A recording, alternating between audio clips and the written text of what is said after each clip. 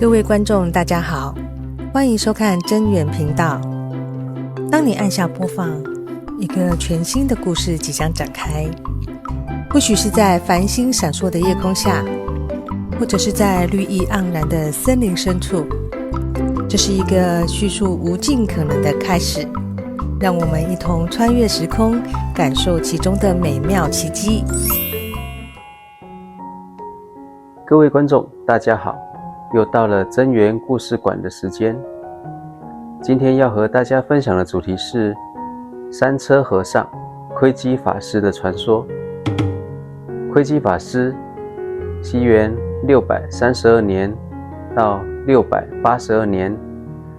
今诏雍州长安人，今天的陕西西安。唐代著名高僧，唯识宗创始人，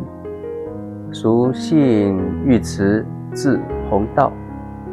又称灵基、成基、大成基、基师或单称基，法名窥基，被尊称为慈恩法师。身形高大，外貌魁梧，秉性聪慧。19岁出家，奉赐为玄奘弟子，初入弘福寺，后移往大慈恩寺，师从玄奘习梵文及佛教经论。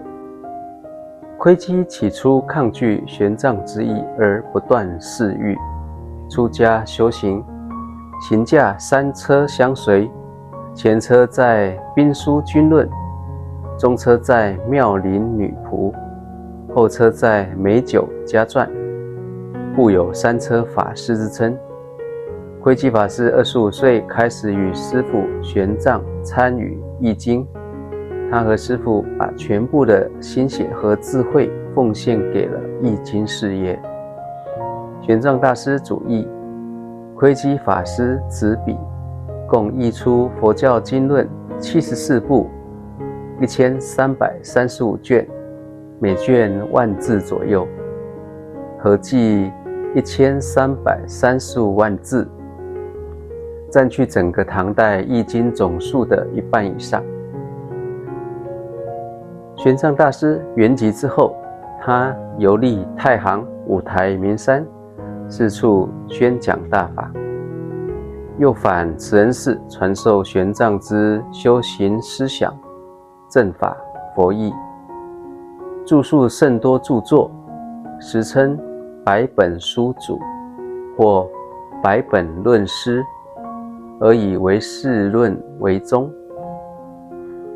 故又称唯识法师。窥基对中国文化的发展贡献是多方面的。另外，玄奘大师并没有专门编撰著作以论述自己的修行思想，其许多思想创造也有赖于窥基法师著述而得以保存。窥基法师在唯识中教义体系化、系统化方面的贡献，截止目前为止，在汉传佛教系统中仍然是后无来者的。换言之，如果没有窥基的著述立说，没有窥基的不懈努力，印度的瑜伽行派思想是不可能发展为中土的慈恩宗的。窥基法师是玄奘大师的弟子，以其对唯识学的巨大贡献，而被尊为中土唯识宗第2代祖师，玄奘大师为第1代祖师。窥基法师学识渊博，著述宏富，正量极高，是世所共知的。而更为有趣的是，流传着不少与这位3车法师相关的传说。一则传说为，玄奘法师前往西天取经时，当玄奘法师越过中印边界，那就是现在的克什米尔高原，群山高耸入天际，白雪盖头，他突然发现远处有一座小山，山顶是黑色的。玄奘法师就好奇地走过去，想探一探究竟。但他走到山脚下一个洞口时，发现又黑黑的像绳子一样的东西，他一看更好奇了，因为那像是人发。人的头发有那么粗吗？他继续向里走，到达洞底时，他发现黑色的部分还有余温。于是玄奘法师知道了，这是一个入定的瑜伽修道者，但是身躯怎么这么高大？在好奇心的驱使下，法师就开始挖掘。他小心翼翼地把这个大个儿头部、肩膀周围的尘土清理干净，接着按照唤醒入定者的规矩，拿起了引磬敲着，叮叮叮。过了一会儿，大个儿终于出定了。当他睁开眼睛摇动身体时，身上的尘垢掉落的声音在洞里如同山崩一般，轰隆轰隆的。大个儿说：“是谁叫醒我啊？”玄奘答：“是我，我是东土大唐的人，要到深毒，印度古名啊，留学取经，而你又是谁？怎么这么高大？”大个儿说：“我是前一个佛，迦叶佛的末法时代的人，因为已经没有佛法了，我自己修道证得阿罗汉果，但是还没有佛的印可，所以我在这里入定，要等释迦牟尼佛来帮我受记印证。”玄奘说：“哎呀，释迦牟尼佛早来过了，又涅槃走了啊。”大个儿一听，非常失望地说：“那我再入定，等弥勒佛来好了。”大个儿说完，眼睛又一闭，就要再次入定去。玄奘说：“且慢，你在这里入定，万一弥勒佛来了，你又错过，那怎么办？我看这样好了，现在释迦牟尼佛刚走1000多年，现在是处于相法时期，佛经佛法还在，我就是要去取经留学的啊。但是等我留学取经回来的时机点也不好断定，所以说干脆你示现神通，直接到中国去投胎，等我留学取经回来的时候，我再教你印证，传你佛经佛法，你觉得怎么样？”大个儿想了想：“好啊，但是我不知道中国在哪里呀。”玄奘说：“你就向东边太阳升起的方向一直过去，就会看到中国的长安城，你就到城里最大的房子，屋檐上有零售装饰的房子里去投胎。古代只有皇家贵族阶级才能成为在家居士，进而学习佛法，一般人必须剃度出家后成为僧侣才能接触佛法，所以投胎有技巧啊。”大个儿说：“哦，那我知道了，再见。”眼睛一闭，化作一道光，向东去了。那个大个儿阿罗汉听从玄奘法师的建议，就示现神通，红化作一道光，真的就直奔东土而去，投胎转世了。至于投胎到哪里，后面再接着说。实际上，玄奘法师是要他投胎成为唐太宗的儿子，等他学成归国，再度大个儿阿罗汉出家，想要效法印度悉达多太子的身份因缘，再想塑造一个在世佛陀，再来一个像释迦牟尼佛的佛陀传法救世。之后玄奘法师继续前行，经过千辛万苦，终于进入印度国境。当时印度佛法自世尊灭度后，基本上已经分为性相二宗，其中法相宗初为弥勒菩萨所造之论，瑜伽师定论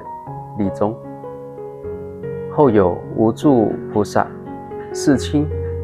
或译为天亲菩萨二位菩萨广传此宗，再次成为护法菩萨。后再有戒贤论师，此五者合称天竺五大论师。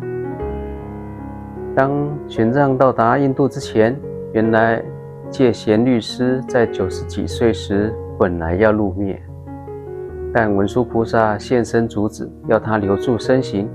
住世等待中途有缘人到来，传法后才可入灭离开。所以当玄奘法师到印度见到戒贤论师时，戒贤论师已经将近120岁了，已经等了玄奘法师近30年。戒贤论师他高兴地流下眼泪说：我等了你好久，你终于来了。于是玄奘法师就从戒贤论师学得唯识法相，并且深得法义妙趣。玄奘法师在印度前后约停留了19年。当他回到长安城真空洞，唐太宗都以帝王之尊亲自赴交远迎玄奘法师回国。回国后，唐太宗就经常召见玄奘讨论西域见闻之事，后令玄奘撰写《大唐西域记》，后世也才有《西游记》小说的灵感来源。有一次，玄奘法师就想起了大个儿阿罗汉投胎之事，就问皇上：您在19年前有否得一皇子？太宗说：怎么问这个？玄奘当下就把大个儿阿罗汉投胎之事说了。太宗回答说：没有啊。玄奘法师觉得很奇怪，难道大个子阿罗汉投错地方了吗？于是他请唐太宗帮忙寻找。唐太宗下令长安城凡是19岁的青年一律造册呈报，并且召集起来供玄奘法师逐一认人。玄奘法师一下子就在许多青年中认出了那个大个子罗汉。一查之下，这个青年竟是大臣尉迟恭王爷之子尉迟弘道。玄奘法师就向唐太宗报告此事，玄奘就要求这个尉迟公子出家，但是尉迟恭王爷不肯，大个子阿罗汉也不要，因为他投胎为人，虽然前世修得阿罗汉果，经入胎、处胎、出胎这3个阶段，历经了投胎隔世之谜，早已经忘了前生的志业，重生的佛缘。这时大个儿罗汉只想着人间享乐，过着纸醉金迷的生活，早忘了前生的大修行功德果位。玄奘法师向唐太宗报告了情况，唐太宗也疼爱尉迟侄子。尉迟恭与秦叔宝均为李世民生死之交。李世民于著名的玄武门之变巧夺皇位时，两人均为最大功臣。尉迟恭封赏王爷世袭爵位，而当李世民大病后，由2人演化成门神的传说。唐太宗向玄奘法师劝说，只好等待时机再说了。不久，刚好大个子尉迟弘道与皇家贵族王爷世子一同在皇家书院读书学习时，犯下大错。尉迟弘道少年血气方刚，又是武将之后，孔武有力，嬉闹中错手打死一名贵族世子。唐太宗疼爱尉迟之子，唐太宗自然不忍赐予死罪，而又深知此尉迟侄子为阿罗汉转世，但人命关天，死罪可免，但是活罪难逃啊。玄奘法师便向唐太宗提议，这时是尉迟弘道最佳出家时机，于是唐太宗就下诏给尉迟王爷，大意是说，尉迟弘道血气方刚，需靠佛法修行陶冶其暴戾性情。唐太宗他对学佛修行也非常有心，但是因为贵为皇上，必须以天下苍生为重。因为听说尉迟王爷之子英敏绝伦，故要求尉迟弘道代表其唐太宗皇帝出家，即可将功赎罪等等。这下子尉迟王爷及尉迟弘道就必须遵从皇上圣意，推辞不得了。然而尉迟弘道他还是要故意刁难抗拒出家，甚至以死相逼，气哼哼说，一定要我出家也行，不过我有3个条件，若答应了我即刻出家，否则我宁可服剑而死，也不出家为僧。于是他开出了出家条件，就要求说，从小早已熟读诸子百家，尤为喜爱兵书军论，如果要他出家，不得禁止他阅读的权利。佛教规定出家众只能阅读佛经经典，为使修行人专心致志。唐太宗问玄奘说，可以吗？玄奘说，方便行事，可也。这下尉迟公子没辙，但是他还是不放弃抗拒，就说，我自出生以来就早已经习惯有奴婢美女早晚伺候，如果要我出家，这种待遇不得废除，我不断情欲。唐太宗又问玄奘说，这种真的可以吗？玄奘稍加思索说，既然是代表皇上出家，可以从权。尉迟公子心想，这都可以，这下无可推辞了。但是他仍然继续刁难，他再要求说，我自出生以来已经习惯吃大鱼大肉，而且酒量也好，如果要我出家，不能禁止吃肉喝酒，我不断荤酒。这下子连唐太宗也觉得为难啊，他再次迟疑地问玄奘法师说，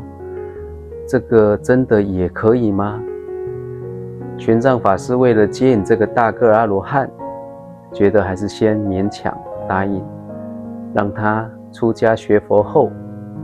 等待前生因缘一续，机缘一到，就好办事了。所以玄奘为度大个阿罗汉，就暂时答应了。因为这3个出家的无理要求，于是一个热闹有趣的场面出现了。一个身材高大、外貌魁梧、英俊的青年，骑着高头大马走在前面，后面轰轰隆隆跟着3辆大马车相随，沿途好不招摇壮观啊。3辆车，前车载兵书军论，中车载妙龄女仆，后车载美酒家传，浩浩荡荡一路前往弘福寺出家。街上围观的百姓早已人山人海，而3车和尚的美名一时也传遍了大街小巷，在历史上留下了千古笑谈。当车队行至设坛剃度的弘福寺庙门口，几声洪亮的钟声传来，咚咚咚。他听着寺院钟声，感觉越来越熟悉。尉迟弘道的阿赖耶识中沉睡的记忆被蓦然惊醒。他毕竟刻苦修炼多生多世，佛心未泯，佛缘重生，晨钟暮鼓的灵性被洪亮的钟声一触即发。他当即翻身落马，痛苦跪地忏悔，突然醒悟，哭着大喊，我的老天哪，我到底这是在干什么呀？立即把所有的奴婢美女等3辆大马车赶了回去。从此诚心从归佛门发奋修行，成为玄奘大师的座下大弟子，法号上窥下机，法名窥基，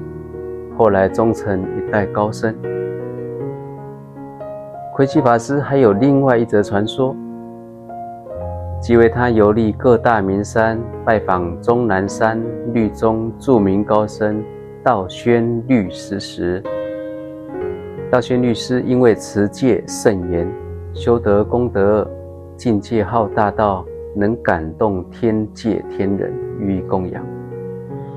每天中午时刻都有天界的天人及仙女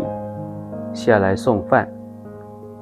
道宣律师本想向唯识宗法门的窥基法师展示以持戒甚严的律宗法门修持的功德境界，能够感动天界天人予以供养，以体现律宗是无上妙法的修持法门。但奇怪的是，当窥基法师来的那天，一直等到了下午，也没见天界的天人及天女下来供养。道宣很是纳闷，也没办法，只好和窥基法师2人饿着肚子。到了晚上，道宣律师整夜打坐，夜不倒单。律宗法门修持的方式而窥基法师却直接倒头便睡，并且睡相不佳，睡觉时还打呼噜，鼾声如雷，又屡屡翻身，一夜折腾，不得安稳。第二天，道宣律师说他：窥基，你真是没出家人的规矩，睡觉时不打坐也应该吉祥卧，你又打呼噜，又翻身，又伸胳膊，又撩腿，吵得我昨夜一夜都不得清闲。谁料窥基法师说：你一夜不清闲，我才一夜都没睡好呢。昨天夜里，你腰里那个狮子也就咬了你一口，而你就想掐死它。后来你又想想不能杀生，于是你就把它扔到地上，但你下手也太重了，跌断了那个狮子一条腿。所以那个狮子它就一直哎呦哎呦叫了一整夜，那个一夜哎呦哎呦的，才把我吵死了，一夜都没睡好。道宣律师一听之下瞠目结舌，心想：窥基法师他在睡梦中就能把我的动作思维都看得清清楚楚，这是何等修持功力，何等修持境界啊！不禁大声惭愧，默然不语。等到窥基法师一走，中午时刻，天界的天人及仙女又来送饭了。道宣律师问天人：为何昨天中午不来，害得我和客人饿肚子？天人大呼冤枉说：我昨天中午是来了啊，可是整个山顶祥云笼罩，金刚护法布满空中，一定有大菩萨在此，护法等大天人在护驾，我们欲界天的小天人哪里能进得来这里呀？道宣律师再次愕然，方知窥基法师的功德成就早就不同凡响。从此窥基法师也开始了他的弘法生涯，找到了他的人生使命。窥基法师对佛学的修养渐趋深入之后，便不再有早年的放浪狂狷之风，在玄奘法师的悉心培养下，归心佛法，丰仪严整，勤奋著述，终于成为慈恩宗唯识宗的一代宗师。今天的故事就分享到这里，谢谢大家。阿弥陀佛。